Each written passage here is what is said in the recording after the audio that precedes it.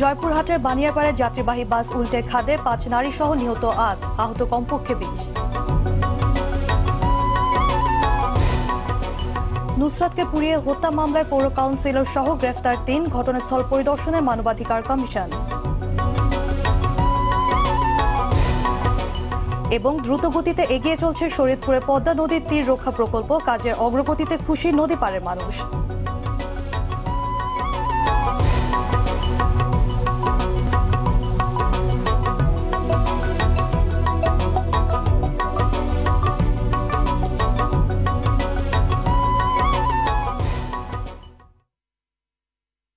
আসসালামু আলাইকুম, স্বাগত আরটিভি জেলা সংবাদে। শুনছিলেন সংবাদ শিরোনাম, পুরো সংবাদে আপনাদের সঙ্গে আছি আমি সাবরিনা সাপা।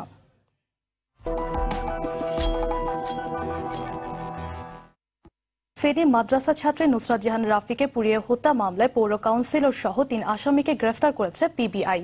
এরা হলেন মামলার অন্যতম আসামি সোনাগাজী পৌর কাউন্সিলর মাকসুদুল আলম, তার সহযোগী জাবেদ হোসেন এবং নূর উদ্দিন। মাদ্রাসার অধ্যক্ষ সিরাজউদ্দৌলার মুক্তির দাবিতে অনুষ্ঠিত মানববন্ধনে নেতৃত্ব দেন নূর উদ্দিন। পিবিআই জানান, সকাল ১১টার দিকে ময়মনসিংহ জেলার ভালুকার সিডি স্টোর এলাকা থেকে নূর উদ্দিনকে গ্রেফতার করা হয়। অপরদিকে ঢাকা থেকে মাকসুদুল আলম এবং চট্টগ্রাম থেকে জাবেদকে গ্রেফতার করা হয়। বর্তমানে তারা police bureau of investigation PBI হেফাজতে রয়েছেন। রিমান্ডের আবেদন জানিয়ে তাদের আদালতে নেওয়া হতে পারে। গত ৬ এপ্রিল মাদ্রাসার ছাদে ডেকে নিয়ে ওই ছাত্রীর গায়ে আগুন দেয় দুর্বৃত্তরা।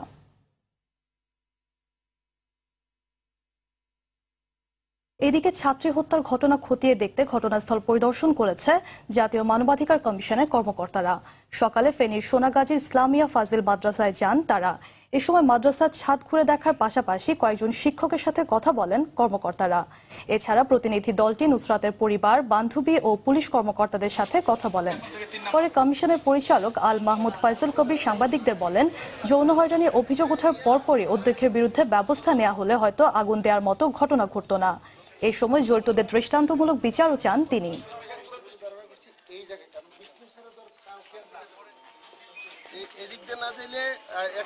ওই সময় যদি তার বিরুদ্ধে স্টেপ নেওয়া হতো তাহলে হয়তো আজকের এই ঘটনাটা হতো না।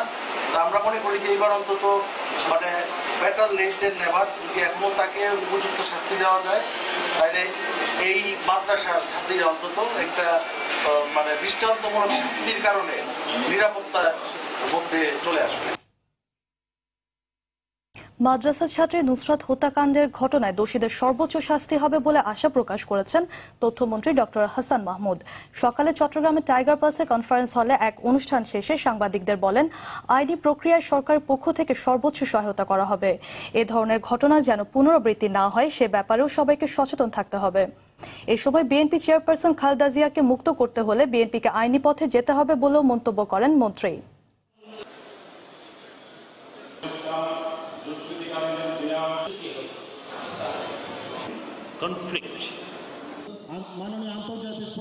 মাননীয় প্রধানমন্ত্রী ইতিমধ্যেই যারা তদন্তকারী সংস্থা থেকে শুরু করে সবাইকে নির্দেশনা দিয়েছেন।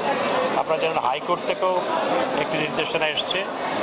আমি দৃঢ়ভাবে বিশ্বাস করি এটির সর্বোচ্চ শাস্তি হবে। জয়পুরহাট সদরে যাত্রীবাহী বাস উল্টে খাদে পড়ে মারা গেছে ৮ জন, আহত হন কমপক্ষে ২০ জন। দুপুরে উপজেলার বানিয়াপাড়া পুলিশ বক্সের কাছে এই দুর্ঘটনা ঘটে। সদর থানা পুলিশ জানায়, বগুড়া থেকে ছেড়ে আসা জয়পুরহাটগামী বাসটি বানিয়াপাড়া পৌঁছলে নিয়ন্ত্রণ হারিয়ে খাদে পড়ে যায়। এতে ঘটনাস্থলে ৮ যাত্রী নিহত হন, এদের ৫ জন নারী। দুর্ঘটনায় আহতদের উদ্ধার করে জয়পুরহাট জেলা আধুনিক জেনারেল হাসপাতালে নেওয়া হয়। অবস্থা আশঙ্কাজনক হওয়ায় এদের ৮ জনকে বগুড়া শহীদ জিয়াউর রহমান মেডিকেল কলেজে হাসপাতালে স্থানান্তর করা হয়েছে। নিহতদের পরিচয় এখনো শনাক্ত হয়নি বলেও জানিয়েছে পুলিশ। ব্রেক ফেল করে হোক যেভাবে উল্টে যায়, ঘটনাস্থলে ৮ জন নিহত এবং ২৫ থেকে ৩০ জন হসপিটালে, ৫ জন মহিলা, ২ জন শিশু। এই পর্যন্ত আমি দেখলাম। বিএনপির শাসন আমলে দেশে মাদকের বিস্তার ঘটেছিল বলে মন্তব্য করলেন সাবেক স্বরাষ্ট্র প্রতিমন্ত্রী শামসুল হক টুকু। সকালে চাঁপাইনবাবগঞ্জ সদর উপজেলা মিলনায়তনে মাদক বিরোধী সমাবেশে এমন মন্তব্য করেন তিনি। শামসুল হক টুকু বলেন, মাদক, সন্ত্রাস ও জঙ্গিবাদ রুখতে কঠোর অবস্থানে রয়েছে বর্তমান সরকার। জেলা প্রশাসক AZM নুরুল হক ও সংসদ সদস্য ডাক্তার সামিল উদ্দিন আহমেদ শিমুল সহ বিশিষ্টজনরা এ সময় উপস্থিত ছিলেন।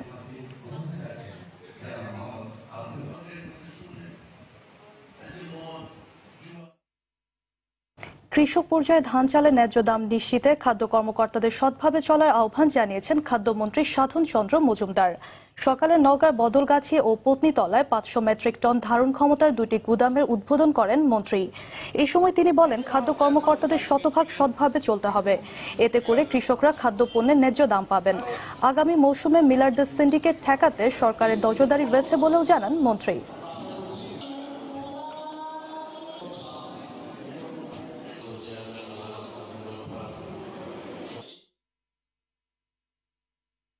বেঙ্গল গ্রুপের সুদক্ষ ব্যবস্থাপনায় ও পানি সম্পদ মন্ত্রণালয়ের সুপরিকল্পনায় দ্রুত গতিতে এগিয়ে যাচ্ছে শরীয়তপুরে পদ্মা নদীর ডান তীর রক্ষা প্রকল্পের কাজ। কাজের অগ্রগতিতে খুশি পদ্মাপাড়ের মানুষ। শরীয়তপুর প্রতিনিধির পাঠানো তথ্য ও চিত্রে আরও জানাচ্ছেন মাসুদ মুস্তাহিদ। গত বছর পদ্মার তীব্র ভাঙনে শরীয়তপুরের নড়িয়ার, মুলফতগঞ্জ ও সুরেশ্বর থেকে 2 কিলোমিটার উত্তরে পদ্মার মাঝ নদীতে পড়েছে বিশাল চর। ভাঙন এলাকায় পূর্ব পশ্চিমের নদীর প্রবাহ এখন উত্তর দক্ষিণে প্রবাহিত হওয়ায় বদলে গেছে নদীর গতিপথ। ফলে এবারও তীব্র স্রোত মুলফতগঞ্জ ও সুরেশ্বর ঘেঁষে বইতে পারে। বিষয়টি মাথায় রেখেই দ্রুত গতিতে কাজ করছে ঠিকাদারি প্রতিষ্ঠান বেঙ্গল গ্রুপ, পানি সম্পদ মন্ত্রণালয় ও পানি উন্নয়ন বোর্ড। 8.9 কিলোমিটার বেড়িবাঁধ নির্মাণ কাজের এরই মধ্যে প্রায় 4 কিলোমিটার এলাকায় জিওব্যাগ ডাম্পিং শেষ করেছে ঠিকাদারি প্রতিষ্ঠান। আমাদের 28 লক্ষ জিওব্যাগ ডাম্পিং করার কথা ছিল, আমরা ইতিমধ্যে 15.5 লাখের কাছাকাছি জিওব্যাগ ডাম্পিং করেছি। ড্রেজিং এর প্রকল্পের যে কাজ, ড্রেজিং এর অলরেডি আমাদের 3টা ড্রেজার দিয়ে আমরা কাজ করতেছি। পাশাপাশি ব্লক তৈরির জন্য আমরা 2টি ব্লক সাইট অলরেডি রানিং রয়েছে। নদী ভাঙন থেকে নড়িয়াকে রক্ষার সর্বোচ্চ শক্তি নিয়োগের কথা বলেছেন পানি সম্পদ উপমন্ত্রী AKM এনামুল হক শামীম। এটা বাংলাদেশের যে কোনো নদী ভাঙন কবলিত এলাকার সর্বোচ্চ পরিমাণ জিওব্যাগ এখানে ডাম্পিং হচ্ছে। এটা এই সপ্তাহে আরও বেড়ে 30,000-এর উপরে চলে যাবে। সর্বোচ্চ শক্তি নিয়োগ করে পানি সম্পদ মন্ত্রণালয় এবং পানি উন্নয়ন বোর্ড কাজ করছে। আমরা আশা করি এবার নড়িয়ার মানুষ ইনশাআল্লাহ নদী ভাঙনের হাত থেকে রক্ষা পাবে। স্থানীয়রা বলছেন, ড্রেজিং এর কাজটা দ্রুত গতিতে করা হলে এবছর নদী ভাঙন থেকে রক্ষা পাওয়া যাবে। দ্রুতভাবে যদি ড্রেজিংটা করা হয় তাহলে আমরা ভাঙার আশঙ্কা থেকে মুক্ত হব। ওদের কাজের অগ্রগতি যদি আরো বাড়ে তাহলে আমরা এই বর্ষা মৌসুমে আমাদের এই বাড়ি ঘর যাই আছে আমরা এ নিয়ে আমরা এই জায়গায় বসবাস করে থাকতে পারবো। এইভাবে যদি কাজ চলে ইনশাআল্লাহ আল্লাহর পাকের ইচ্ছায় আমরা অবশ্যই আল্লাহ আমাদেরকে রক্ষা করবেন। আগের থেকে অনেক ভালো কাজ করতে আছে, ভবিষ্যৎ এই ধরনের কাজ যদি এভাবে দ্রুতভাবে করতে পারে তো ইনশাআল্লাহ নদী ভাঙা থেকে আমরা রক্ষা পাবো। আসছে বর্ষা মৌসুমে পদ্মার ভাঙন রোধে সর্বশক্তি নিয়োগ করা হচ্ছে বলে জানিয়েছেন পানি উন্নয়ন বোর্ডের প্রকৌশলী। জিওব্যাগ দিয়ে ডাম্পিং এর কাজ চলমান আছে এবং প্রতিদিন আমরা 25,000 থেকে 27,000 এই রেঞ্জে ডাম্পিং করতেছি। মাসুদ মুস্তাহিদ, RTV। রাজশাহীতে আলোকিত হিফজুল কোরআন প্রতিযোগিতা 2019-এর রাজশাহী অঞ্চলের প্রাথমিক বাছাই পর্ব অনুষ্ঠিত হয়েছে। অনুষ্ঠানটির টাইটেল স্পন্সর জিপিএইচ ইস্পাত আর পাওয়ার্ড বাই কাউন সিমেন্ট। রাজশাহী মহানগরী কোর্ট মোল্লাপাড়া আল হেরা কারিয়ানা ও হাফিজিয়া মাদ্রাসায় এই বাছাই পর্ব অনুষ্ঠিত হয়। এতে প্রধান অতিথি ছিলেন রাজশাহী সিটি কর্পোরেশনের 2 নং ওয়ার্ড কাউন্সিলর নজরুল ইসলাম। বিচারক হিসেবে উপস্থিত ছিলেন ইসলামিক স্কলার ও মিডিয়া ব্যক্তিত্ব হাফেজ মাওলানা মুস্তাফিজুর রহমানী, হাফেজ মাওলানা হুসাইন মোহাম্মদুল্লাহ, রাজশাহী মোল্লাপাড়া আল হেরা কারিয়ানা ও হাফিজিয়া মাদ্রাসার পরিচালক হাফিজ খিজির আহমেদ এবং আব্দুল্লাহ আল মাসুদ।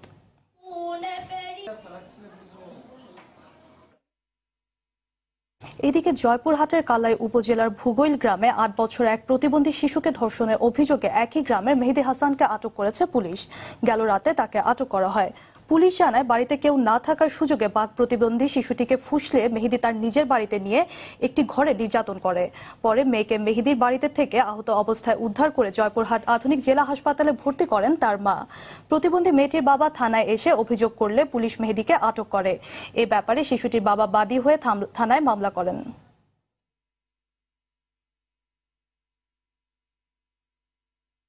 নারায়ণগঞ্জে বন্দরের লাঙ্গলবদে ব্রহ্মপুত্র নদে শুরু হয়েছে হিন্দু ধর্মাবলম্বীদের পবিত্র অষ্টমী স্নান উৎসব। লাখ লাখ তীর্থযাত্রী পাপ মুক্তির পূর্ণ বাসনায় অংশ নিচ্ছেন এই স্নান উৎসবে। এই অষ্টমী স্নান উৎসবকে কেন্দ্র করে জমে উঠে 3 দিন ব্যাপী মেলা। মেলায় নাগরদোলা সহ বাহারি রকমের পসরা সাজিয়ে বসেছে দোকানিরা। এদিকে শান্তিপূর্ণভাবে আয়োজনটি সম্পন্ন করতে জেলা প্রশাসনের পক্ষ থেকে নেওয়া হয়েছে বিশেষ নিরাপত্তা ব্যবস্থা। এখানে আসা পুণ্যার্থীরাও জানিয়েছেন এবার নির্বিঘ্নে বিভিন্ন ঘাটে তারা স্নান করতে পারছেন। সকাল 11:48 এই স্নান উৎসবের লগ্ন শুরু হয়। আগামীকাল সকাল 8:58 14 শেষ হবে।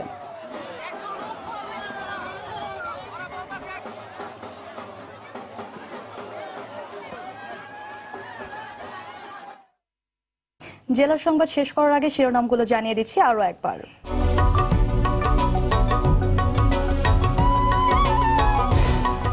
জয়পুরহাটের বানিয়াপাড়ায় যাত্রীবাহী বাস উল্টে খাদে 5 নারী সহ নিহত 8, আহত কমপক্ষে 20।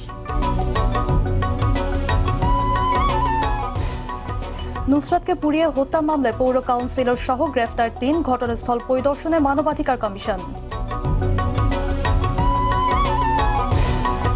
দ্রুত গতিতে এগিয়ে চলছে শরীয়তপুরের পদ্মা নদীর তীর রক্ষা প্রকল্প, কাজের অগ্রগতিতে খুশি নদী পাড়ের মানুষ।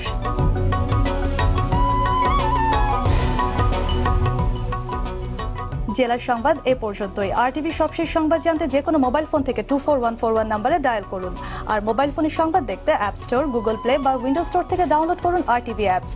এছাড়াও তাৎক্ষণিক ও বিনোদন সংবাদ জানতে বিশ্বের যে কোনো প্রান্ত থেকে ভিজিট করুন facebook.com/RTV online এবং youtube.com/RTV digitals। সঙ্গে থাকার জন্য ধন্যবাদ সবাইকে।